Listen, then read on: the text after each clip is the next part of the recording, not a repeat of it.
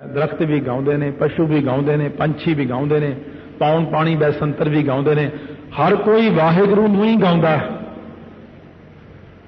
महाराज कहेंगे तुहानूं की होया, तुसीं क्यों नहीं गाउंदे? आपां नूं कहने जद सारे गाउंदे ने, वो सोदर तुसीं रोज पढ़दे हो, वो सारे गाउंदे ने, भरावो तुसीं क्यों नहीं गाउंदे? वो गुरमुखो तुसीं भी गाया करो। वो शिव जी की एडी वड्डी पदवी उन्होंने रब का नाम गाउण करके मिली आ। इंद्र देवता रब का नाम जपण करके बनिया। एडियां एडियां पदवियां दे मालक रब का नाम जपण करके ही पदवियां लै गए ने, ते आपां क्यों नहीं लैंदे? ध्रुव दी मां ने उन्होंने कहा सी, पुत्र पिछले जन्म च भगती नहीं की तां नहीं मिलिया आपां नूं। इस करके सतगुरु महाराज सच्चे पातशाह कहने तुसीं भी सारे मिल के गाया करो परमेश्वर नूं। जो तुसीं भी गाओगे, जेड़ा भी गावेगा जो मर्जी मंग लो, जो मर्जी मंग लो महाराज जी तो, कि मैं तो आह चीज़ लैनी है। जिवें इंद्र नामे ब्राह्मण के पुत्र ने 10 पुत्र सी, कहते पिता जी ये ब्रह्मा किवें बन गया एडा वड्डा? कहते इहने भगती कीती है तां ये ब्रह्मा बनया, तां सृष्टि दे रचण दी शक्ति आई इहदे च। ਉਹਦੇ पुत्र कहते पिता जी जे असी भगती करी असी भी बन जाए, कहते तुसीं भी बन जाओगे। वो पहाड़ ते चढ़ के 10 पुत्र ਉਹਦੇ ज्यों बैठे राम राम राम राम राम राम करी गए करी गए करी गए, परमेश्वर साक्षात हो गए। कहते दसो बेटा की चाहिदा? कहते महाराज जिहड़ी शक्ति ब्रह्मा नूं दित्ती आ, वो सानूं दिओ, असीं भी सृष्टि रचनी चाहुंदे आ। अकाल पुरख वाहिगुरू कहण लगे तथास्तु, जाओ तुहानूं भी शक्ति दित्ती, ये तो आपां भी लै सकदे हैं सृष्टि दे रचण दी शक्ति, ब्रह्मा बनना। पर आपां इन्हां चीज़ां नूं चाहुंदे नहीं ना, आपां नहीं चाहुंदे। आपां तां यही बेनती करदे हैं कि राज ना चाहो मुक्त ना चाहो, मन प्रीत चरण कमलारे। महाराज की फायदा इंद्र बन के फिर डिगांगे धरती ते, की फायदा ब्रह्मा बन के फिर नाश हो जावांगे, ब्रह्म महेश्वर विष्णु सची पत अंत फसे जम फास परांगे, की फायदा? असी तो इको चीज़ मंगते हैं आप तो, बई जिथे मर्जी रहिए किते भी रहिए, तुहाडा नाम जपदे रहिए, तुहाडे चरनां दा प्यार साडे मनां दे अंदर बनिया रहे। वाहिगुरू वाहिगुरू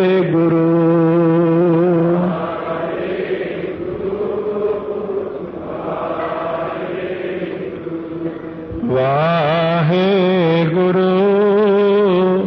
वाहिगुरू।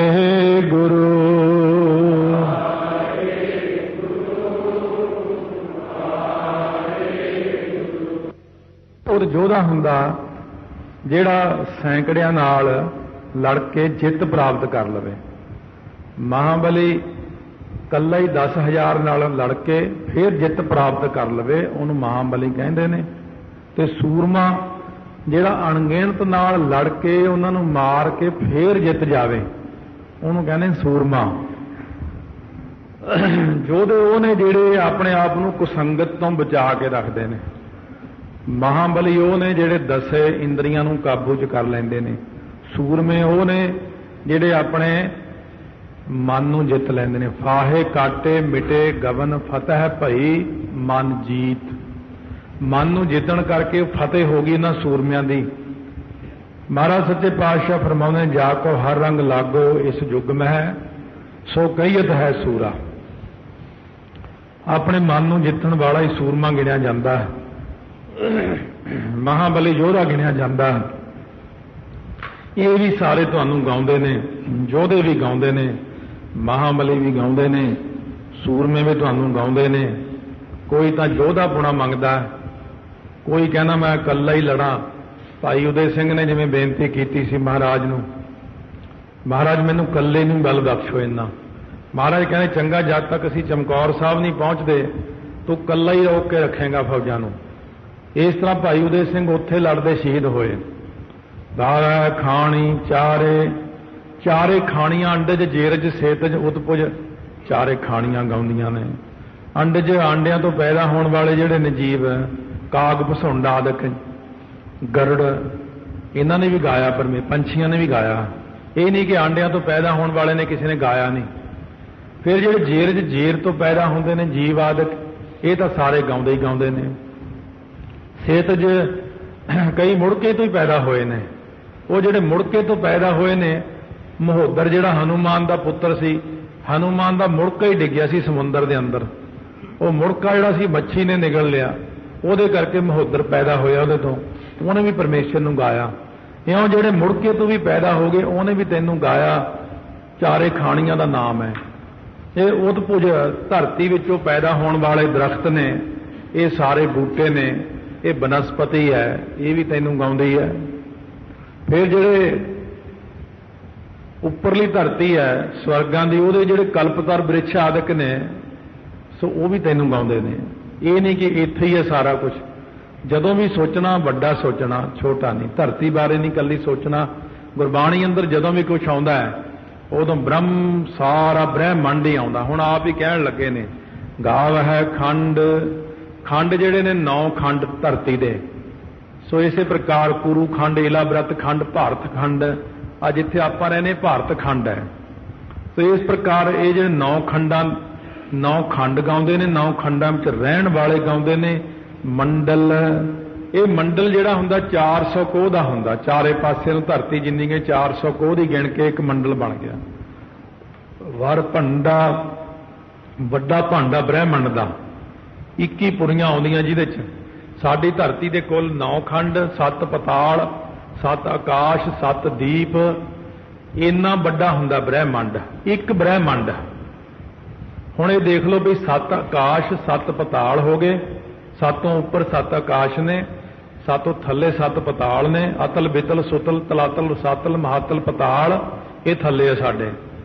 ਤੇ ਉੱਪਰ ਨੇ ਭੂਰ, ਮਹਿਰ, ਭੁਵ, ਜਨ, ਤਪ, 7 ਕਰਕੇ 7 ਆਕਾਸ਼ਾਂ ਦੇ ਨਾਮ ਨੇ ਇਹ। ਹੁਣ ਆਪਾਂ ਹੈਗੇ ਵਿਚਕਾਰ। ਇਹ ਧਰਤੀ ਦੇ ਉੱਤੇ ਹੈਗੇ 9 ਖੰਡ, 9 ਟੁਕੜੇ, 7 ਦੀਪ ਨੇ ਇੱਥੇ, 7 ਸਮੁੰਦਰ ਨੇ ਇੱਥੇ। ਤੇ ਇਸੇ ਪ੍ਰਕਾਰ ਇਹ ਜਿਹੜੇ ਨੇ ਇਹ ਕੁੱਲ 7 ਆਕਾਸ਼, 7 ਪਤਾਲ ਸਣੇ ਸਾਡੇ, ਇਹ ਪੂਰਾ ਇੱਕ ਬ੍ਰਹਿਮੰਡ ਹੈ। ਇਹਨੂੰ ਇੱਕ ਬ੍ਰਹਿਮੰਡ ਕਿਹਾ ਜਾਂਦਾ ਹੈ। ਹੁਣ ਸਤਿਗੁਰੂ ਕਹਿੰਦੇ ਨੇ, ਕੋਟ ਬ੍ਰਹਿਮੰਡ ਕੋ ਠਾਕੁਰ ਸੁਆਮੀ, ਸਰਬ ਜੀਆਂ ਕਾ ਦਾਤਾ ਰੇ। ਇਹ ਨਿਰੇ 7 ਆਕਾਸ਼, 7 ਪਤਾਲ ਨਹੀਂ, ਇਹ ਤਾਂ ਇੰਨੇ ਇੱਕ ਹਿੱਸੇ ਨੂੰ ਬ੍ਰਹਿਮੰਡ ਕਿਹਾ। ਮਹਾਰਾਜ ਕਹਿੰਦੇ ਕਰੋੜਾਂ ਬ੍ਰਹਿਮੰਡਾਂ ਦਾ ਮਾਲਕ ਹੈ ਵਾਹਿਗੁਰੂ, ਤੇ ਰੋਜੀ ਰੋਟੀ ਦੇਣ ਵਾਲਾ ਉਹਨਾਂ ਨੂੰ। ਪਤਾ ਹੀ ਨਹੀਂ ਲੱਗਦਾ ਉਹ ਕਿੰਨੇ ਕੁ ਵੱਡੇ, ਕਿੰਨੇ ਬ੍ਰਹਿਮੰਡਾਂ ਦਾ ਮਾਲਕ ਆਪ ਅਕਾਲ ਪੁਰਖ ਵਾਹਿਗੁਰੂ। ਸਾਰਿਆਂ ਖੰਡਾਂ ਵਿੱਚ, ਸਾਰਿਆਂ ਮੰਡਲਾਂ ਵਿੱਚ, ਸਾਰੇ ਬ੍ਰਹਿਮੰਡਾਂ ਦੇ ਵਿੱਚ ਤੈਨੂੰ ਸਾਰੇ ਗਾਈ ਜਾਂਦੇ ਨੇ, ਸਭ ਤੈਨੂੰ ਗਾਈ ਜਾਂਦੇ ਨੇ। ਜਿੰਨੇ ਤੇਰੇ ਬਣਾਏ ਹੋਏ ਨੇ, ਕਾਰ ਕਾਰ ਰੱਖੇ ਧਾਰੇ, ਰਹਿ ਰਾਸ ਵਿੱਚ ਪੜ੍ਹਦੇ ਆ, ਕਰ ਕਰ ਰੱਖੇ ਤੇਰੇ ਧਾਰੇ, ਕਿਉਂਕਿ ਉਹ ਵਾਹਿਗੁਰੂ ਦੇ ਸਨਮੁਖ ਸੋਦਰ ਉਚਾਰਨ ਕੀਤਾ। ਕਰਕੇ ਪੈਦਾ, ਕਰਕੇ ਪਾਲਣਾ, ਰੱਖੇ ਜਿੰਨੇ ਸੰਭਾਲੇ ਹੋਏ ਨੇ ਤੇਰੇ, ਸਾਰਿਆਂ ਦੀ ਨਿਗਾਹ 'ਚ ਰੱਖਦਾ ਹੈ। ਧਾਰੇ ਤੇਰੇ ਆਸਰੇ, ਹਮ ਬਾਰਕ ਤੁਮਰੇ ਧਾਰੇ, ਨਾਮ ਕੇ ਧਾਰੇ ਖੰਡ ਬ੍ਰਹਿਮੰਡ। ਇਸ ਕਰਕੇ ਨਾਮ ਦੇ ਆਸਰੇ ਖੰਡ ਬ੍ਰਹਿਮੰਡ ਟਿਕੇ ਹੋਏ ਨੇ, ਪਰ ਇਹ ਤੇਰੇ ਨਾਮ ਕਰਕੇ ਟਿਕੇ ਹੋਏ ਨੇ। ਆਹ ਧਰਤੀ ਜਿਹੜੀ ਹੈ ਇਹ ਨਾਮ ਜਪਦੀ ਹੈ ਆਪ, ਤੇ ਧਰਤੀ ਚਾਹੁੰਦੀ ਕਿ ਮੇਰੇ ਉੱਤੇ ਜੀਵ ਨਾਮ ਜਪਣ। ਨਹੀਂ ਤਾਂ ਕਿਉਂਕਿ ਇਹ ਨਾਮ ਦੀ ਇੱਕ ਕਲਾ ਹੈ ਜਿਹੜੀ ਧਰਤੀ ਨੂੰ ਟਿਕਾ ਕੇ ਰੱਖਦੀ ਹੈ, ਘਮਾਉਂਦੀ ਵੀ ਹੈ ਤੇ ਟਕਰਾਉਣ ਵੀ ਨਹੀਂ ਦਿੰਦੀ ਕਿਤੇ। ਇਹ ਸਾਰੀ ਇੱਕ ਨਾਮ ਦੀ ਕਲਾ ਹੈ। ਅਸਮਾਨ ਦੇ ਤਾਰੇ ਅਚਾਨਕ ਥੱਲੇ ਨੂੰ ਡਿੱਗ ਸਕਦੇ ਨੇ ਜੇ ਨਾਮ ਦਾ ਆਸਰਾ ਮੁੱਕ ਜਾਵੇ, ਪਰ ਨਹੀਂ ਡਿੱਗਦੇ, ਕਿਉਂਕਿ ਨਾਮ ਦਾ ਆਸਰਾ ਦੇ ਕੇ ਟਿਕਾਏ ਹੋਏ ਨੇ ਸੱਚੇ ਪਾਤਸ਼ਾਹ ਨੇ। ਨਾਮ ਕੇ ਧਾਰੇ ਸਗਲੇ ਜੰਤ, ਨਾਮ ਕੇ ਧਾਰੇ ਖੰਡ ਬ੍ਰਹਿਮੰਡ। ਨਾਮ ਦੇ ਤਾਂ ਆਸਰੇ ਸਭ ਚੀਜ਼ਾਂ ਟਿਕੀਆਂ ਹੋਈਆਂ ਨੇ, ਤੇ ਜੇ ਆਪਾਂ ਵੀ ਰਹਿਣਾ ਚਾਹੁੰਦੇ ਹਾਂ ਸਥਿਰ, ਤਾਂ ਆਪਾਂ ਵੀ ਨਾਮ ਦਾ ਆਸਰਾ ਲੈ ਕੇ ਟਿਕ ਸਕਦੇ ਹਾਂ। ਸੇਈ ਤੁਧਨੋਂ ਗਾਵੈ ਜੋ ਤੁਧ ਭਾਵਨ। ਤੁਹਾਨੂੰ ਉਹੀ ਗਾਉਂਦੇ ਨੇ ਜਿਹੜੇ ਤੁਹਾਨੂੰ ਭਾ ਜਾਂਦੇ ਨੇ, ਜਿਹੜੇ ਤੁਹਾਨੂੰ ਭਾਉਂਦੇ ਨੇ ਉਹੀ ਤੁਹਾਨੂੰ ਗਾਉਂਦੇ ਨੇ, ਕਿਉਂਕਿ ਹੋਰ ਤਾਂ ਕੋਈ ਗਾ ਨਹੀਂ ਸਕਦਾ। ਜਿਨ੍ਹਾਂ ਉੱਤੇ ਤੁਹਾਡੀ ਕਿਰਪਾ ਹੋ ਜਾਂਦੀ ਹੈ, ਜਿਹੜੇ ਤੁਹਾਨੂੰ ਚੰਗੇ ਲੱਗਦੇ ਨੇ, ਪਤਾ ਨਹੀਂ ਕਿਹੜਾ ਭਾ ਜਾਂਦਾ ਹੈ। ਆਹ ਤਾਂ ਆਪਣੀਆਂ ਸੋਚਣੀਆਂ ਨੇ ਕਿ ਉਹ ਬੰਦਾ ਚੰਗਾ ਨਹੀਂ ਮੈਨੂੰ ਲੱਗਦਾ, ਫਲਾਨਾ ਬੰਦਾ ਤਾਂ ਐਵੇਂ ਗਰੀਬ ਜਿਹਾ। ਭਗਤ ਰਵਿਦਾਸ ਨਾਲ ਕਿੰਨੀ ਈਰਖਾ ਕੀਤੀ ਪੰਡਤਾਂ ਨੇ, ਕਹਿੰਦੇ ਇਹ ਕਿੱਧਰੋਂ ਆ ਗਏ ਸ਼ੂਦਰ ਜਿਹਾ, ਐਵੇਂ ਨਾਮ ਜਪਣ ਲੱਗ ਗਏ, ਲੋਕ ਮੰਨੀ ਜਾਂਦੇ ਨੇ ਅਸੀਂ ਇੰਨੇ ਨੇ ਉੱਚੇ ਬ੍ਰਾਹਮਣ। ਪਰ ਵਾਹਿਗੁਰੂ ਦੀ ਮਰਜ਼ੀ ਹੈ। ਕੋਈ ਇੱਕ ਖੱਲਾਂ ਢੋਣ ਵਾਲੇ ਨੂੰ ਨਾਮ ਜਪਾ ਸਕਦਾ, ਕੋਈ ਇੱਕ ਸ਼ੂਦਰ ਨੂੰ ਨਾਮ ਜਪਾ ਸਕਦਾ। ਵਾਹਿਗੁਰੂ ਚਾਹੇ ਤਾਂ ਇੱਕ ਕੀੜੀ ਨੂੰ ਨਾਮ ਜਪਣ ਲਾ ਦੇਵੇ, ਵਾਹਿਗੁਰੂ ਚਾਹੇ ਤਾਂ ਇੱਕ ਪਹਾੜ ਨੂੰ ਨਾਮ ਜਪਣ ਲਾ। ਵਾਹਿਗੁਰੂ ਦੀ ਮਰਜ਼ੀ ਹੈ, ਮਹਾਰਾਜ ਦੀ ਮਰਜ਼ੀ ਹੈ। ਸੱਚੇ ਪਾਤਸ਼ਾਹ ਕਿਤੇ ਭਾਈ ਲਾਲੋ ਨੂੰ ਨਾਮ ਜਪਾਈ ਜਾਂਦੇ ਨੇ ਜਾ ਕੇ, ਮਲਕ ਭਾਗੋ ਨੂੰ ਵੀ ਵਿੱਚੇ ਨਾਮ ਜਪਾਤਾ, ਕਿਤੇ ਸੱਜਣ ਠੱਗ ਨੂੰ ਵੀ ਨਾਮ ਜਪਾਤਾ। किते राक्षसां नूं भी नाम जपाता जाके महाराज जी ने। तो सतगुरु की मर्जी है। रते तेरे भगत रसाले रस आले, आले मतलब घर, रस जिहड़े रस दे घर बन चुके ने। रसाल नाम अंब दा, अंब वर्गे गुड़ वर्गे जिवें अंब मिठे हुंदे ने बड़े स्वादले, इसे प्रकार तेरे भगत भी आउं रसे पए ने तेरे नाम दे विच, रंगे पए ने। उन्हां दे मुख विच भी रस है, उन्हां दीआं नेत्रां विच भी रस है, उन्हां दे कन्नां विच भी रस है, उन्हां दे रोम रोम विच भी रस है, उन्हां दे तां अंदर बाहर रस ही। उन्हां दी चरण धूड़ी ताइयों लईदे क्योंकि चरनां विच भी रस है। जदों महाराज सारे नूं भगत नूं रस दिंदे ने तां इह नहीं हुंदा कि उहदे हिरदे 'च ही रस है। भगत दे तां फिर सारे पासे रोमां रोमां दे विच भी रस है, सारियां थावां दे उत्ते ही रस हो जांदा। ਜਾਂ ਉਹਦੇ ਭਗਤ ਜਿਹੜੇ ਰੰਗੇ ਪਏ ਨੇ ਨਾਮ ਰੰਗ ਵਿੱਚ। ਹੋਰ ਕੇਤੇ ਗਾਵਨ ਸੇ ਮੈਂ ਚਿੱਤ ਨ ਆਵਨ, ਜਿੰਨੀ ਕਿ ਮੈਨੂੰ ਗਿਆਤ ਸੀ ਉਹਨੇ ਤਾਂ ਮੈਂ ਕਹਿ ਦਿੱਤੇ ਨੇ। ਹੋਰ ਕਿੰਨੇ ਕੁ ਗਾਉਂਦੇ ਨੇ ਸੱਚਖੰਡ 'ਚ, ਕਿੰਨੇ ਕੁ ਬੈਠੇ ਗਾਉਂਦੇ ਨੇ, ਉਹ ਤਾਂ ਨਹੀਂ ਕਹੇ। ਇੱਥੇ ਸੱਚਖੰਡ ਵਾਲੇ ਨਹੀਂ ਕਹੇ ਹੈਗੇ, ਇੱਥੇ ਹੋਰ ਬ੍ਰਹਿਮੰਡਾਂ ਵਾਲੇ ਨਹੀਂ ਕਹੇ ਹੈਗੇ। ਮੈਂ ਤਾਂ ਸਿਰਫ ਇਸ ਬ੍ਰਹਿਮੰਡ ਦੀ ਉਹ ਗੱਲ ਸੁਣਾਈ। ਹਲੇ ਗੁਰੂ ਨਾਨਕ ਦੇਵ ਜੀ ਕਹਿੰਦੇ ਮੈਂ ਸੱਤ ਆਕਾਸ਼ ਸੱਤ ਪਤਾਲਾਂ ਦੀ ਗੱਲ ਹੀ ਕੀਤੀ ਹੈ। मैं थोनू हले वो नहीं सुनाए जेडे सचखंड च बैठे ने अज तक जिन्ने पहुंचे हुए ने। पता नहीं किन्ने क ने सचखंड दे, किन्ना क वड्डा ओह उत्थे किन्ने क जाने गाउंदे ने, उन्हां दी तां गिणती नहीं आई। होर केते गावन से मैं चित्त ना आवन, एक निमरता भी जनाई है। नाले आपां नूं भी कहा भी जिन्ना मर्जी ज्ञान हो जाए, कदे ये नहीं कहना कि मैं संपूर्ण हो गया।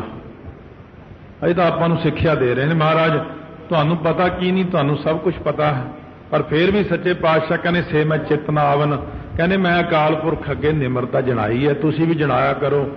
नानक क्या विचारे, महाराज कहने मैं होर की विचार करके दसा महाराज जी कि होर किन्ने कि तुहानूं गाउंदे ने, इस करके मैं दस नहीं सकता। सोई सोई सदा सच साहिब, वो सच्चा साहिब मालक सोई, वो पिछे भी सी, वो अगे नूं भी होवेगा। साचा साची नाई, वो अकाल पुरख वाहिगुरू आप सच्चा, उसदी नाई तो भाव हुंदी महिमा, उसदी महिमा भी सच्ची है, उसदी वडियाई भी सच्ची है भी होसी है हुण भी है, भी पिछे भी सी, होसी अगे नूं भी होवेगा। जाए ना जासी, जाए दा अर्थ ना जमना, जासी दा अर्थ ना जाना मरना। अकाल पुरख वाहिगुरू ना जमदे ने ना मरदे ने। जमीन जमा के बिखै समस्त एक जोत है, ना घाट है ना बाढ़ है, ना घाट बाढ़ होत है। ना अकाल पुरख ने कितों आउणा ना किते जाना। जे कहिए महाराज उत्थों आके मेरी मदद करियो, महाराज कहने कित्थों कहना भाई आउण नूं, महाराज तुसीं कित्थे बैठे हो, कहने मैं तां व्यापक है, तेरे विच भी बैठा। तू अपने अंदर नूं देख के क्यों नहीं कहना कि मेरी मदद करो, तू ताहां नूं क्यों अखां चकदा उत्तों आयो जी कितों, ਉਹਨੇ कितों उत्तों नहीं आउणा, सज्जे खब्बे तो नहीं आउणा, वो तो अंदर ही बैठा अपने। जब अंदर बैठा तो फिर अंदर नूं नीवां मूंह करके पुकार करो, महाराज मेरे ते कृपा करो। व्यापक भी देख लो ते अंदर भी देख लो। रचना जिन रचाई, जिस अकाल पुरख वाहिगुरू ने सृष्टि की सारी रचना रची है, ये तो रचना रचिया करतार। सो इस करके रच रचना रच के ਉਹਦੇ ਵਿੱਚ आप बैठा अकाल पुरख वाहिगुरू। रंगी रंगी भाती कर कर जिनसी, रंगा रंगा की ये सृष्टि बनाती, काला पीला नीला चिट्टा पता नहीं की कुछ बनाते, रंग बना दिते। रंगा रंगा की सृष्टि बना के कर कर जिनसी, जिनसी ते विश्राम है। पहला छोटा विश्राम भाती ते रंगी रंगी भाती कर कर जिनसी, इकट्ठा ही पढ़ देना रंगी रंगी भाती कर कर जिनसी। जिन्हों ने कई प्रकार दी जिनसा बनाईयां, घोड़े खच्चर आदि बनाते, अन्न दियां कई प्रकार दी जिनसा बनातियां, कणक चौल आदि जिहड़े बनाए ने सारे अन्न दियां जिनसा। माया जिन उपाई, ये जिहड़ी सृष्टि रंगा रंगा दी बनाई है, माया दे राही बनाई है अकाल पुरख वाहिगुरू ने। मनोकल्पत है माया उहदे विच, पर रची है माया दे राही सृष्टि अकाल पुरख वाहिगुरू सच्चे पातशाह ने। तो इस तरह सतगुरु महाराज उपमा करते हैं अकाल पुरख जी वाहिगुरू के सामने खड़े होके, ते अपने कोलों उपमा करवाउंदे ने। जपजी साहब विच करवा लैंदे ने, सोदर दे विच करवा लैंदे ने, उपमा करवाई जांदे ने। आप तां उपमा कीती है गुरु नानक देव नाल, अपने तो भी करवाई जांदे ने। यह है गुरु नानक दा सिद्धांत, आप जपै अवर है नाम जपावै। सो सतगुरु महाराज ने बख्शिशां कीतियां। कल नूं बाकी सरवण करांगे प्यार सत्कार नाल। वाहिगुरू ਵਾਹਿਗੁਰੂ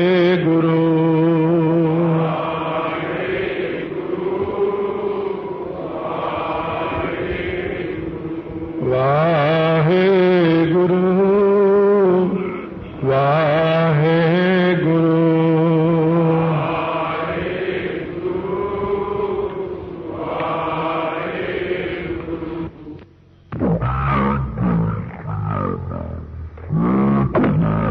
ਸੰਗਤ ਮਹਾਰਾਜ ਸੋਦਰ ਜੋ ਜਪਜੀ ਸਾਹਿਬ ਦੇ ਵਿੱਚ ਉਚਾਰਨ ਕੀਤਾ, ਮਹਾਰਾਜ ਸੱਚੇ ਪਾਤਸ਼ਾਹ ਬਖਸ਼ਿਸ਼ਾਂ ਕਰ ਰਹੇ ਨੇ। ਕਰ ਕਰ ਵੇਖੈ ਕੀਤਾ ਆਪਣਾ, ਕਰ ਕਰ ਦੇਖੈ ਕੀਤਾ ਆਪਣਾ। ਆੜੇ ਨੂੰ ਕੰਨਾ ਇੱਥੇ ਲਾਇਆ ਹੋਇਆ, ਸੋਦਰ ਵਿੱਚ ਨਹੀਂ ਲਾਇਆ ਹੋਣਾ। ਇੱਥੇ ਵੇਖੈ ਪਾਠ ਹੈ, ਉੱਥੇ ਦੇਖੈ ਪਾਠ ਹੈ। ਆਮ ਤੌਰ ਤੇ ਤਾਂ ਲਗਭਗ ਬਹੁਤੇ ਬੰਦਿਆਂ ਦੀ ਇਹੀ ਗਲਤੀ ਹੁੰਦੀ ਹੈ, ਜਪਜੀ ਸਾਹਿਬ ਦਾ ਸੋਦਰ ਰਹਿ ਰਾਸ 'ਚ ਪੜ੍ਹੀ ਜਾਣਗੇ ਤੇ ਰਹਿ ਰਾਸ ਵਾਲਾ ਸੋਦਰ ਜਪਜੀ ਸਾਹਿਬ 'ਚ ਪੜ੍ਹੀ ਜਾਣਗੇ। ਇਹ ਬਹੁਤ ਧਿਆਨ ਦੇ ਨਾਲ ਬਾਣੀ ਪੜ੍ਹਨੀ ਚਾਹੀਦੀ ਹੈ। ਰਹਿ ਰਾਸ ਦਾ ਸੋਦਰ ਧਿਆਨ ਨਾਲ ਪੜ੍ਹੋ। ਜਪਜੀ ਸਾਹਿਬ ਦਾ ਸੋਦਰ ਆਪ ਕੋਈ ਮਾਣ ਵਾਲੀ ਗੱਲ ਨਹੀਂ ਹੁੰਦੀ ਕਿ ਮੈਨੂੰ ਹੁਣ 5 ਬਾਣੀਆਂ ਕੰਠ ਹੋ ਗਈਆਂ, ਹੁਣ ਮੈਂ ਪੋਥੀ ਨਹੀਂ ਦੇਖਣੀ। ਬਾਣੀ ਪੜ੍ਹਦਿਆਂ ਕਦੇ ਹੰਕਾਰ ਨਾ ਕਰੋ ਕਿ ਮੈਨੂੰ ਤਾਂ ਕੰਠ ਹੋ ਗਈ। ਬਾਣੀ ਵਿੱਚ ਨਹੀਂ, ਬਾਕੀ ਥਾਵਾਂ ਤੇ ਜਿੱਥੇ ਮਰਜ਼ੀ ਸੰਸਾਰੀ ਕੰਮਾਂ 'ਚ ਆਪਾਂ ਕੋਈ ਗੱਲ ਕਰ ਲਈਏ, ਪਰ ਬਾਣੀ ਪੜ੍ਹਦਿਆਂ ਹਮੇਸ਼ਾ ਜਿਨ੍ਹਾਂ ਨੂੰ ਬਾਣੀ ਕੰਠ ਵੀ, ਉਹ ਹਫ਼ਤੇ ਬਾਅਦ ਜ਼ਰੂਰ ਆਪਣੀ ਪੋਥੀ ਦੇਖ ਲਓ। ਉਹ ਗੱਲ ਹੀ ਨਾ ਹੋ ਜਾਏ, ਕਿਤੇ ਗਲਤੀ ਨਾ ਹੋ ਜਾਏ ਮੇਰੇ ਕੋਲੋਂ, ਕਿਤੇ ਗਲਤੀ ਨਾ ਪੜ੍ਹੀ ਜਾਵਾਂ। ਇਸ ਪ੍ਰਕਾਰ ਮਹਾਰਾਜ ਕਹਿੰਦੇ ਕਰ ਕੇ ਪੈਦਾ ਕਰਕੇ ਫਿਰ ਇਹਨਾਂ ਦੀ ਪਾਲਣਾ, ਫਿਰ ਵੇਖਦਾ ਇਹਨਾਂ ਨੂੰ ਕੀ ਕਰਦੇ ਫਿਰਦੇ ਨੇ। ਕੀਤਾ ਆਪਣਾ, ਆੜੇ ਨੂੰ ਕੰਨਾ। ਇਹ ਛੋਟੀਆਂ ਛੋਟੀਆਂ ਗਲਤੀਆਂ ਆਪਾਂ ਨੂੰ ਬਹੁਤ ਘਾਟਾ ਪਾ ਦਿੰਦੀਆਂ। ਗਲਤੀ ਛੋਟੀ ਨਹੀਂ ਹੈ, ਬਹੁਤ ਵੱਡੀ ਹੈ। ਪੈਸੇ ਜਮ੍ਹਾਂ ਕਰਾਉਣ ਜਾਵੇ ਕੋਈ ਬੰਦਾ, 1 ਜ਼ੀਰੋ ਘੱਟ ਲਾ ਆਵੇ, ਬਸ 1 ਜ਼ੀਰੋ ਨਾਲ ਹੀ ਕਿੰਨਿਆਂ ਦਾ ਫਰਕ ਪੈ ਜਾਣਾ। ਇਸੇ ਪ੍ਰਕਾਰ ਇੱਕ ਕੰਨੇ ਔਂਕੜ ਦਲੈਂਕੜ ਨੂੰ ਇਉਂ ਸਮਝੋ ਕਿ ਲੱਖਾਂ ਦਾ ਘਾਟਾ ਪਾਤਾ ਮੈਂ, ਕਰੋੜਾਂ ਦਾ ਘਾਟਾ ਪਾਤਾ ਮੈਂ ਇੱਕ ਮਾੜੀ ਜੀ ਗਲਤੀ ਕਰਕੇ। ਪਰ ਇਹ ਗਲਤੀ ਮਾੜੀ ਜੀ ਨਹੀਂ ਜਾਣਨੀ ਹੈ, ਬਹੁਤ ਵੱਡੀ ਗਲਤੀ ਹੈ। ਜੇ ਤਿਸ ਦੀ ਵਡਿਆਈ, ਜਿਵੇਂ ਵਾਹਿਗੁਰੂ ਦੀ ਰਜ਼ਾ ਹੈ, ਜਿਵੇਂ ਇੱਛਾ ਹੈ, ਜਿਵੇਂ ਅਕਾਲ ਪੁਰਖ ਦੀ ਆਪਣੀ ਰਜ਼ਾ ਹੈ, ਉਸੇ ਪ੍ਰਕਾਰ ਹੀ ਕਰ ਕਰਕੇ ਸਾਰਿਆਂ ਨੂੰ ਪੈਦਾ ਫਿਰ ਵੇਖਦਾ ਵੀ ਉਹਨਾਂ ਦੇ ਕਰਤੱਬਾਂ ਨੂੰ, ਇਹ ਕੀ ਕਰਦੇ ਨੇ। ਜੋ ਤਿਸ ਭਾਵ ਹੈ ਸੋਈ ਕਰਸੀ, ਜੋ ਅਕਾਲ ਪੁਰਖ ਵਾਹਿਗੁਰੂ ਜੀ ਨੂੰ ਭਾਉਂਦਾ ਕਰਦੇ ਉਹੀ ਨੇ, ਉਹਨਾਂ ਦੀ ਆਪਣੀ ਮਰਜ਼ੀ ਹੈ। ਸਾਡੇ ਵਿੱਚੋਂ ਕੋਈ ਬੰਦਾ ਉਹਨਾਂ ਨੂੰ ਸਲਾਹ ਨਹੀਂ ਦੇ ਸਕਦਾ। ਲੈ ਕੇ ਥੱਲਿਓਂ ਉੱਪਰ ਤੱਕ 84 ਲੱਖ ਜੂਨ ਵਿੱਚ, ਕੋਈ ਦੇਵੀ ਦੇਵਤਿਆਂ ਵਿੱਚ, ਕੋਈ ਹੋਰ ਰਿਸ਼ੀਆਂ ਮੁਨੀਆਂ ਵਿੱਚ, ਕੋਈ ਪੀਰਾਂ ਪੈਗੰਬਰਾਂ ਤੋਂ ਲੈ ਕੇ ਕੋਈ ਵੀ ਵਾਹਿਗੁਰੂ ਦੀ ਰਜ਼ਾ ਵਿੱਚ ਦਾਖਲ ਨਹੀਂ ਦਿੰਦਾ। ਦਸੇ ਸਰੂਪ ਕੁਛ ਨਹੀਂ ਕਹਿੰਦੇ ਉਹਨੂੰ। ਜੋ ਤਿਸ ਭਾਵੈ ਸੋਈ ਕਰਸੀ, ਹੁਕਮ ਨਾ ਕਰਨਾ ਜਾਈ। ਹੁਕਮ ਨਹੀਂ ਚੱਲਦਾ ਉੱਥੇ ਵੀ ਤੁਸੀਂ ਆਹ ਕਿਉਂ ਕੀਤਾ, ਕਿਉਂ ਨਹੀਂ ਕੀਤਾ, ਜਾਂ ਤੁਸੀਂ ਐਂ ਕਰ ਦਿਓ। ਮਹਾਰਾਜ ਉੱਥੇ ਹੁਕਮ ਨਹੀਂ ਚੱਲਦਾ। ਕਹਿੰਦੇ ਹਾਂ ਭਾਈ ਸਮਝੋ ਗੱਲ ਨੂੰ, ਨਾਨਕ ਹੁਕਮ ਨਾ ਚੱਲੇ ਨਾਲ ਖਸਮ ਚੱਲੈ ਅਰਦਾਸ। ਕਹਿੰਦੇ ਉੱਥੇ ਹੁਕਮ ਨਹੀਂ ਚੱਲਦਾ, ਸੇਵਕਾਂ ਦੀਆਂ ਬੇਨਤੀਆਂ ਪ੍ਰਵਾਨ ਕਰ ਲੈਂਦਾ, ਪਰ ਉੱਥੇ ਕਿਸੇ ਦਾ ਇਉਂ ਹੁਕਮ ਨਹੀਂ ਚੱਲਦਾ ਸਿੱਧੋ ਜਿਵੇਂ ਤੁਸੀਂ ਹੁਕਮ ਕਰੀ ਜਾਂਦੇ ਹੋ ਬੈਠੇ। ਕਿਉਂਕਿ ਸਿੱਧਾਂ ਨੂੰ ਵੀ ਟਿਕਾਣੇ ਸਿਰ ਜਵਾਬ ਦਿੰਦੇ ਨੇ ਨਾ, ਕਿ ਜਿਵੇਂ ਤੁਸੀਂ ਹੁਕਮ ਕਰਦੇ ਹੋ ਕਿ ਐਂ ਕਰ ਦਿਓ। ਇਹ ਕਿ ਤੁਹਾਡੇ ਵੱਸ ਵਿੱਚ ਕੀਤੀਆਂ ਚੀਜ਼ਾਂ ਨਹੀਂ ਹੈਗੀਆਂ। ਰਿੱਧੀਆਂ ਸਿੱਧੀਆਂ ਨੂੰ ਤੁਸੀਂ ਹੁਕਮ ਕਰ ਸਕਦੇ ਹੋ, ਭੂਤਾਂ ਪ੍ਰੇਤਾਂ ਨੂੰ ਵੱਸ ਵਿੱਚ ਕਰਕੇ ਹੁਕਮ ਕਰ ਸਕਦੇ ਹੋ, ਹੋਰ ਕਿਸੇ ਚੀਜ਼ ਨੂੰ ਵੱਸ ਵਿੱਚ ਕਰਕੇ ਆਪਾਂ ਹੁਕਮ ਕਰ ਸਕਦੇ ਹਾਂ। ਪਰ ਜੇ ਕਹੀਏ ਕਿ ਵਾਹਿਗੁਰੂ ਨੂੰ ਹੁਕਮ ਕਰ ਸਕਦੇ ਹਾਂ, ਵਾਹਿਗੁਰੂ ਨੂੰ ਹੁਕਮ ਨਹੀਂ ਕਰ ਸਕਦੇ, ਉੱਥੇ ਤਾਂ ਬੇਨਤੀਆਂ ਕਰ ਸਕਦੇ ਹਾਂ। ਸੋ ਪਾਤ ਸਾਹਾ ਪਾਤ ਸਾਹਿਬ, ਉਹ ਜੋ ਅਕਾਲ ਪੁਰਖ ਵਾਹਿਗੁਰੂ ਹੈ, ਉਹ ਜੋ ਪਾਤਸ਼ਾਹ ਦਾ ਸ਼ਾਹ ਜਿਹੜਾ, ਉਹਨਾਂ ਦਾ ਜਿਹੜਾ ਪਾਤ ਸਾਹਿਬ, ਜਿਹੜੇ ਸੰਸਾਰ ਦੇ ਸ਼ਾਹ ਨੇ ਉਹਨਾਂ ਦੇ ਉੱਤੇ ਹੁੰਦੇ ਨੇ ਪਾਤਸ਼ਾਹ ਰਾਜੇ। ਰਾਜਿਆਂ ਦੇ ਉੱਤੇ ਫਿਰ ਵੱਡਾ ਰਾਜਾ ਇੰਦਰ ਦੇਵਤੇ ਨੂੰ ਗਿਣਿਆ। ਇੰਦਰ ਦੇ ਉੱਪਰ ਵੀ ਫਿਰ ਵਿਸ਼ਨੂੰ ਨੂੰ ਵੱਡਾ ਗਿਣਿਆ। ਇਹਨੂੰ ਵਿਸ਼ਨੂੰ ਨੂੰ ਕੱਲਾ ਪਾਤਸ਼ਾਹ ਕਹਿੰਦੇ ਨੇ। ਤੇ ਪਾਤਸ਼ਾਹ ਦੇ ਸਿਰ ਉੱਤੇ ਤੁਮ ਹੋ ਸਭ ਰਾਜਨ ਕੇ ਰਾਜਾ, ਆਪੇ ਆਪ ਗਰੀਬ ਨਵਾਜਾ। ਪਾਤ ਨਾਮ ਤਖਤ ਦਾ ਹੈ, ਸ਼ਾਹ ਨਾਮ ਮਾਲਕ ਦਾ ਹੈ। ਜਿਹੜੇ ਨਿੱਕੇ ਨਿੱਕੇ ਤਖਤਾਂ ਦੇ ਮਾਲਕ ਨੇ, ਉਹਨਾਂ ਦੇ ਉੱਪਰ ਜਿਹੜੇ ਤਖਤਾਂ ਦੇ ਮਾਲਕ ਨੇ, ਉਹਨਾਂ ਦੇ ਉੱਪਰ ਜਿਹੜੇ ਹੋਰ ਤਖਤਾਂ ਦੇ ਮਾਲਕ ਨੇ, ਉਹਨਾਂ ਦੇ ਪਾਤਸ਼ਾਹ ਹੋ ਤੁਸੀਂ, ਸੱਚੇ ਪਾਤਸ਼ਾਹ ਹੋ। ਬਾਕੀ ਦੇ ਸਾਰੇ ਝੂਠੇ ਪਾਤਸ਼ਾਹ ਨੇ। ਜਿਵੇਂ ਮਹਾਰਾਜ ਸੱਚੇ ਪਾਤਸ਼ਾਹ ਨੇ ਬਚਨ ਕੀਤਾ ਹੈ ਕਿ ਇਹ ਭੂਪਤ ਸਭ ਦਿਵਸ ਚਾਰ ਕੇ, ਕੋ ਹਰ ਸਮਾਨ ਨਹੀਂ ਰਾਜਾ। ਇਹ ਭੂਪਤ ਸਭ ਦਿਵਸ ਚਾਰ ਕੇ, ਇਹ 4 ਦਿਨ ਦੇ ਖਿਡੌਣੇ ਹੁੰਦੇ ਨੇ ਰਾਜੇ। ਬਾਕੀ ਪਰਮੇਸ਼ਰ ਤਾਂ ਅਬਿਨਾਸੀ ਹੈ, ਨਾਸ ਤੋਂ ਰਹਿਤ ਰਾਜਾ ਹੈ। ਨਾਨਕ ਰਹਿਣ ਰਜਾਈ, ਸਤਿਗੁਰੂ ਕਹਿੰਦੇ ਨੇ ਭਾਈ ਉਹਦੀ ਰਹਿਣ ਰਜਾਈ, ਉਹਦੀ ਆਗਿਆ ਵਿੱਚ ਰਹਿਣਾ ਚਾਹੀਦਾ ਹੈ।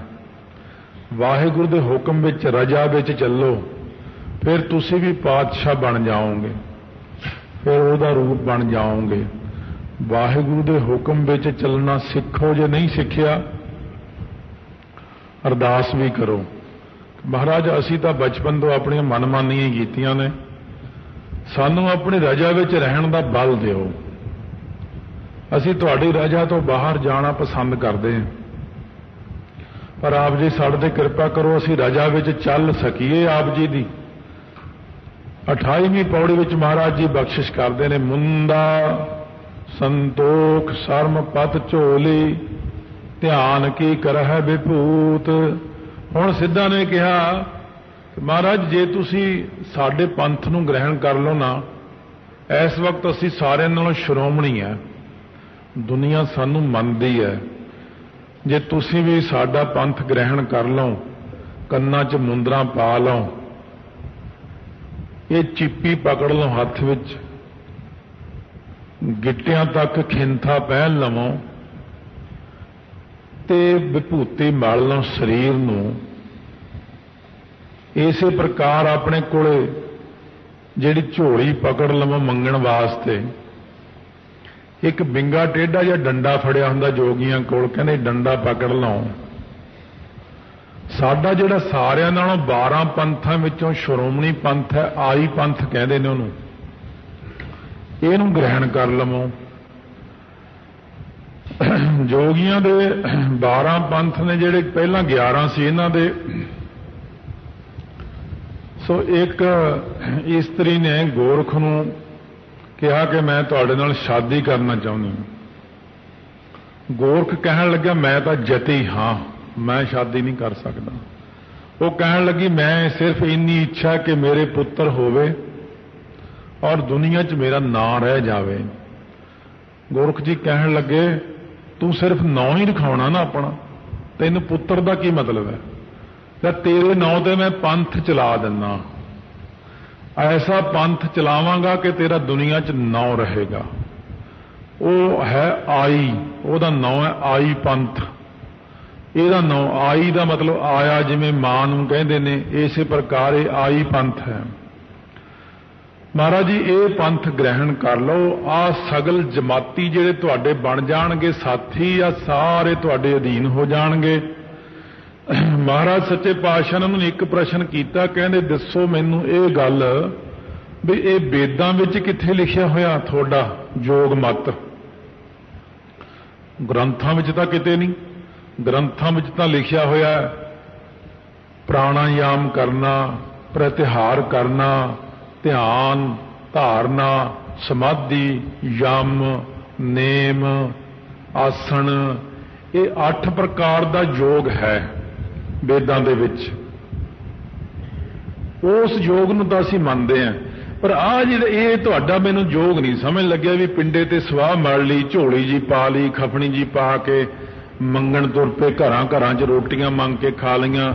ਇਹ ਤੁਸੀਂ ਜੋਗੀ ਹੋ ਕਿ ਭਿਖਾਰੀ ਹੋ?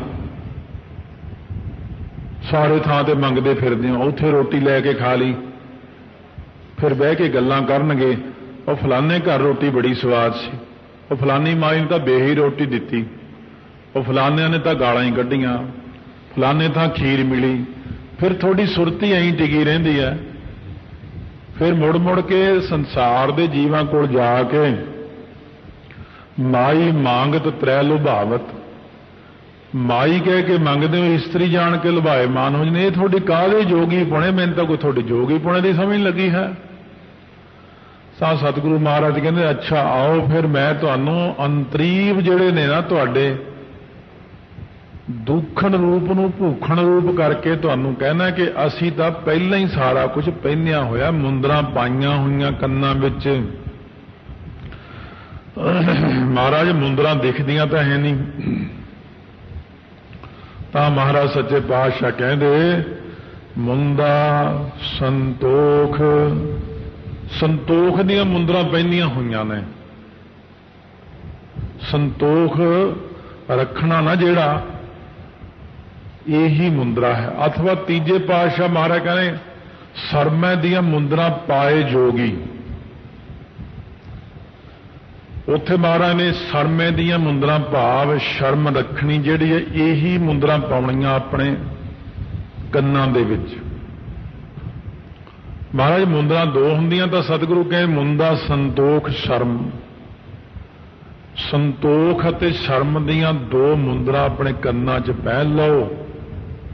ਬੰਦੇ ਨੂੰ ਸੰਤੋਖ ਰੱਖਣਾ ਚਾਹੀਦਾ ਖਾਣ ਪੀਣ ਤੋਂ। ਤੁਸੀਂ ਤਾਂ ਜਿੱਥੇ ਜੋ ਮਿਲ ਗਿਆ ਉਹੀ ਖਾਣ ਲੱਗ ਜਾਂਦੇ ਹੋ ਐਵੇਂ ਹੀ। ਜੋ ਕੱਪੜੇ ਭਾਵੇਂ ਜਿਹੇ ਜਿਹੇ ਗੇਰੂ ਰੰਗੇ ਸਭ ਦੇ ਪਾਏ ਨੇ, ਪਰ ਇਹਨਾਂ ਵਿੱਚ ਪੂਰਾ ਤਾਂ ਕੋਈ ਵੀ ਨਹੀਂ ਹੁੰਦਾ। ਜਿੱਥੇ ਜੋ ਮਿਲ ਗਿਆ ਸਭ ਡੱਡੀ ਮੱਛੀ ਹਜਮ ਕਰ ਜਾਂਦੇ ਆ, ਫਿਰ ਸ਼ਰਮ ਨਹੀਂ ਕੋਈ। ਮਹਾਰਾਜ ਕਹਿੰਦੇ ਜਿਹੜੇ ਮਾੜੇ ਕੰਮਾਂ ਤੋਂ ਸ਼ਰਮ ਕਰਨੀ ਹੈ, ਇਹੀ ਸੰਤੋਖ ਅਤੇ ਸ਼ਰਮ ਦੀਆਂ ਦੋ ਬੰਦਾ ਮੁੰਦਰਾ ਕੰਨਾਂ 'ਚ ਪਹਿਨ ਲਵੇ। ਅੰਤਰੀਵ ਮੁੰਦਰਾ।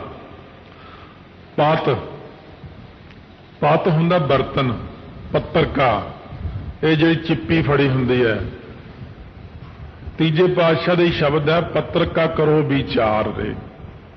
ਇਹ ਜਿਹੜਾ ਭਾਂਡਾ ਹੱਥ ਵਿੱਚ ਪਕੜਨਾ ਨਾ, ਇਹਦਾ ਮਤਲਬ ਜਿਹੜਾ ਸ਼ਬਦ ਦੀ ਵਿਚਾਰ ਕਰਨੀ ਹੈ, ਇਹੀ ਅਸੀਂ ਭਾਂਡਾ ਪਕੜਿਆ ਹੋਇਆ। ਸ਼ਬਦ ਦੀ ਵਿਚਾਰ ਕਰਨ ਰੂਪ ਭਾਂਡਾ ਪਕੜਿਆ ਹੈ। ਝੋਲੀ, ਝੋਲੀ ਕੀ ਹੁੰਦੀ ਹੈ? ਜਦੋਂ ਕੋਈ ਆਪਾਂ ਦਰਬਾਰ ਸਾਹਿਬ ਦੇਖਦੇ, ਕਈ ਬੰਦੇ ਆਪਣੀ ਝੋਲੀ ਕਰਦੇ ਨੇ ਮਹਾਰਾਜ ਦੇ ਅੱਗੇ। ਆਪਾਂ ਆਮ ਕਹਿਣ ਅੱਖਰ ਵਿੱਚ ਕਹਿੰਦੇ ਮੈਂ ਤੇਰੇ ਅੱਗੇ ਆਪਣੀ ਝੋਲੀ ਫੈਲਾਉਂਦਾ ਹਾਂ। ਝੋਲੀ ਦਾ ਅਸਲ ਅਰਥ ਹੁੰਦਾ ਸ਼ਰਧਾ ਕਰਨੀ। ਮਹਾਰਾਜ ਕਹਿੰਦੇ ਸਿੱਧੋ ਜਿਹੜੀ ਝੋਲੀ ਹੈ ਨਾ, ਤੁਸੀਂ ਕਹਿੰਦੇ ਹੋ ਮੈਂ ਝੋਲੀ ਪਾ ਲਈ ਹੈ, ਤੇ ਇਹ ਮੰਗਣ ਵਾਸਤੇ ਲੰਬੀ ਸਾਰੀ ਤਣੀ ਜੀ ਲਾ ਕੇ ਗੇਰੂ ਰੰਗਾ ਜਾਂ ਕੱਪੜਾ, ਜੇ ਆਟਾ ਦਾ ਉਹ ਵੀ ਉਹਦੇ ਵਿੱਚ ਹੀ, ਦਾਲ ਦਾ ਉਹ ਵੀ ਉਹਦੇ ਵਿੱਚ ਹੀ, ਸਾਰੀਆਂ ਚੀਜ਼ਾਂ ਮਿਕਸ ਜੀਆਂ ਕਰ ਲੈਂਦੇ ਨੇ। ਸਤਿਗੁਰੂ ਕਹਿੰਦੇ ਸ਼ਰਧਾ ਦੀ ਝੋਲੀ ਹੋਣੀ ਚਾਹੀਦੀ ਹੈ ਸਿੱਖ ਦੇ ਪਾਸ ਤੇ ਤੁਹਾਡੇ ਕੋਲੇ। ਬਾਅਦ ਵਿੱਚ ਗੁਰਸਿੱਖਾਂ ਨੂੰ ਵੀ ਇਸੇ ਰਾਹੀਂ ਉਪਦੇਸ਼ ਕਰਨਗੇ। ਪਹਿਲਾਂ ਜੋਗੀਆਂ ਨੂੰ ਸ਼ੁਭ ਉਪਦੇਸ਼ ਕਰਦੇ ਨੇ ਕਿ ਸੰਤੋਖ ਅਤੇ ਸ਼ਰਮ ਦੀਆਂ ਮੁੰਦਰਾਂ ਪਹਿਨੋ, ਭਾਂਡਾ ਜਿਹੜਾ ਹੈ ਵਿਚਾਰ ਦਾ ਪਕੜੋ ਜਾਂ ਪ੍ਰੇਮ ਦਾ ਭਾਂਡਾ ਲਾਓ, ਭਾਂਡਾ ਭਾਓ, ਤੇ ਝੋਲੀ ਪਕੜੋ ਸ਼ਰਧਾ ਦੀ। ਤੇ ਤੁਸੀਂ ਕਹਿੰਦੇ ਹੋ ਇਹ ਵਿਭੂਤੀ ਮਲੋ। ਏਰਨ ਗੋਹੇ ਇਕੱਠੇ ਕਰਕੇ, ਏਰਨ ਗੋਹਾ ਉਹ ਹੁੰਦਾ ਜਿਹੜਾ ਤੋਇਆ ਜਾਂਦਾ ਪਸ਼ੂ ਜੰਗਲ ਦੇ ਵਿੱਚ ਗੋਹਾ ਕਰ ਦੇਵੇ, ਉੱਥੇ ਪਿਆਸ ਸੁੱਕ ਜਾਵੇ, ਉਹ ਫਿਰ ਜੋਗੀ ਇਕੱਠਾ ਕਰਕੇ ਲਿਆ ਕੇ ਉਹਦੀ ਧੂਣੀ ਬਾਲ ਕੇ, ਉਹਨੂੰ ਅੱਗ ਲਾ ਕੇ, ਉਹਦੀ ਸਵਾਹ ਬਣਾ ਕੇ, ਉਹਨੂੰ ਕੱਪੜ ਛਾਣ ਕਰਕੇ, ਇੱਕ ਇਹਨਾਂ ਕੋਲ ਬਟੂਆ ਰੱਖਿਆ ਹੁੰਦਾ ਵੱਡਾ ਸਾਰਾ, ਕਾਫੀ ਵੱਡਾ ਪਰਸ ਜਿਹਾ ਹੁੰਦਾ ਕੱਪੜੇ ਦਾ, ਉਹਦੇ ਵਿੱਚ ਇਹ ਸਵਾਹ ਭਰ ਲੈਂਦੇ ਨੇ ਛਾਣ ਕੇ। ਪਹਿਲਾਂ ਨਹਾਉਣਗੇ ਚੰਗੀ ਤਰ੍ਹਾਂ, ਨਹਾ ਧੋ ਕੇ ਫਿਰ ਪਿੰਡੇ ਤੇ ਸਵਾਹ ਮਲ ਲੈਂਦੇ। ਇਹ ਕਿਉਂ ਮਲੀ ਹੈ? ਮਹਾਰਾਜ ਜੀ ਮਰ ਕੇ ਵੀ ਤਾਂ ਸਵਾਹ ਹੀ ਹੋ ਜਾਂਦਾ ਬੰਦਾ, ਇਸ ਕਰਕੇ ਅਸੀਂ ਜਿਉਂਦੇ ਹੀ ਸਵਾਹ 'ਚ ਮਿਲ ਗਏ। ਮਹਾਰਾਜ ਕਹਿੰਦੇ ਜਿਹੜੀ ਹੈ ਤੁਸੀਂ, ਤੁਹਾਡੀ ਤਾਂ ਉਹ ਸਵਾਹ ਹੋ ਗਈ ਜਿਵੇਂ ਪੁਰਾਣੀਆਂ ਮਾਈਆਂ ਅੱਗ ਲੈ ਕੇ ਰਾਤ ਨੂੰ ਗੋਹਾ ਗਿੱਲਾ ਧੁਖਦਾ ਜਾਂ ਫਲ ਦਾ ਗੋਹਾ ਲੈ ਕੇ ਨਾ ਉੱਤੇ ਸਵਾਹ ਪਾ ਕੇ ਰੱਖ ਦਿੰਦੇ ਸੀ। ਇਹ ਤੁਸੀਂ ਪੁਰਾਣਿਆਂ ਨੇ ਵੀ ਦੇਖਿਆ ਹੋਣਾ। ਪਹਿਲਾਂ ਅੱਗ ਇਉਂ ਨਹੀਂ ਸੀ ਨਾ ਵੀ ਦੀਆ ਸਲਾਈ ਛੇਤੀ ਮਿਲ ਜਾਂਦੀ ਸੀ। ਸਵੇਰੇ ਉੱਠ ਕੇ ਉਹ ਸਵਾਹ ਪਾਸੇ ਕਰ ਦੇਣੀ, ਉਹਦੇ ਵਿੱਚੋਂ ਉਹੀ ਅੱਗ ਫੇਰ ਨਿਕਲ ਆਉਂਦੀ ਸੀ, ਉਸੇ ਤੋਂ ਹੀ ਅੱਗੇ ਚੁੱਲ੍ਹਾ ਫੇਰ ਬਾਲ ਲੈਂਦੇ ਸੀ। ਮਹਾਰਾਜ ਕਹਿੰਦੇ ਤੁਸੀਂ ਤਾਂ ਇਉਂ ਹੋ ਗਏ ਜਿਵੇਂ ਧੁੱਖ ਦੇ ਗੋਹੇ ਦੇ ਉੱਤੇ ਸਵਾਹ ਪਾ ਕੇ ਰੱਖਦੀ, ਵੀ ਬਾਹਰ ਤਾਂ ਸਵਾਹ ਮਲ ਲਈ ਤੇ ਅੰਦਰ ਅੱਗ ਲੱਗੀ ਹੋਈ ਵਿਸ਼ੇ ਵਿਕਾਰਾਂ ਦੀ। ਤੁਹਾਡੇ ਅੰਦਰ ਕਾਹਦੀ ਇਹ ਸਵਾਹ ਮਲੀ ਤੁਸੀਂ? ਤਾਈਓ ਸਤਿਗੁਰੂ ਮਹਾਰਾਜ ਸੱਚੇ ਪਾਤਸ਼ਾਹ ਕਹਿੰਦੇ ਬਾਹਰ ਗਿਆਨ ਧਿਆਨ ਇਸ਼ਨਾਨ, ਅੰਤਰ ਵਿਆਪੈ ਲੋਭ ਸੁਆਨ, ਅੰਤਰ ਅਗਨ ਬਾਹਰ ਤਨ ਸੁਆਹ, ਗਲ ਪਾਥਰ ਕੈਸੇ ਤਰ੍ਹਾਂ ਥਾਹ। ਸਤਿਗੁਰੂ ਮਹਾਰਾਜ ਕਹਿੰਦੇ ਅਸੀਂ ਤਾਂ ਵਿਭੂਤੀ ਪਹਿਲਾਂ ਹੀ ਮਲੀ ਹੋਈ ਹੈ। ਕਹਿੰਦੇ ਕੀ ਮਲੀ? ਤੁਸੀਂ ਤਾਂ ਦਿਖਦੀ ਤਾਂ ਹੈ ਨਹੀਂ ਤੁਹਾਡੀ ਵਿਭੂਤੀ। ਧਿਆਨ ਕੀ